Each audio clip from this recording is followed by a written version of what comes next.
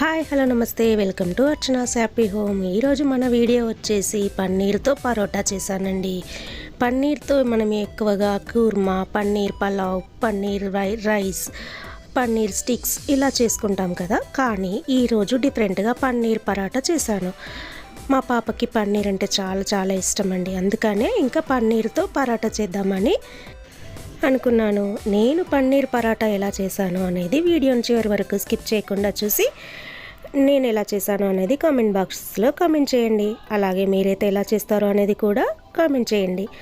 ముందుగా పన్నీర్ పరాటా కోసము గోధుమ పిండి తీసుకొని మంచిగా తడిపి పెట్టుకున్నాను. కొంచెం ఉప్పు, కొంచెం నూనె వేసేసుకొని తర్వాత ఒక మూత పెట్టుకొని పక్కకు పెట్టేసుకున్నాను.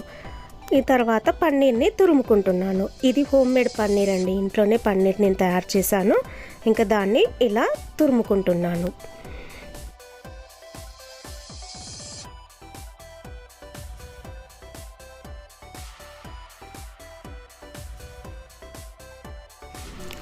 ఇలా పన్నీర్ అంతా తురుముకున్న తర్వాత దీంట్లో కట్ చేసి పెట్టుకున్న ఆనియన్ అలాగే పచ్చిమిర్చి ముక్కలు వేసుకున్నాను. ఆ తర్వాత టేస్ట్కి తగినంత కారము, ఉప్పు, జీలకర్ర పొడి వేసుకున్నాను.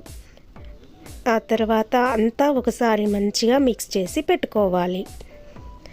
ఇలా మిక్స్ చేసి పెట్టుకున్న తర్వాత ఇందాక తడిపి పెట్టుకున్న చపాతీ పిండి ఉంది కదా, అది కూడా మంచిగా నానిపోయింది. ఇంకా చిన్న చిన్న ఉండల్లాగా తీసుకొని ఇంకా ఆలు పరాటా ఎలా చేస్తామో అదే విధంగా పన్నీర్ పరాటాను చేశాను.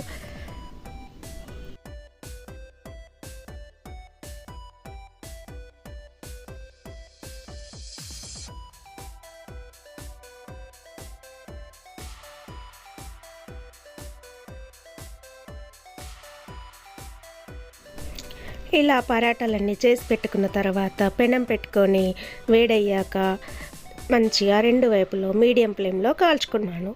నెయ్యి కానీ బటర్ కానీ వేసుకొని కాల్చుకుంటే చాలా చాలా టేస్టీగా ఉంటుంది పరాటా అనేది.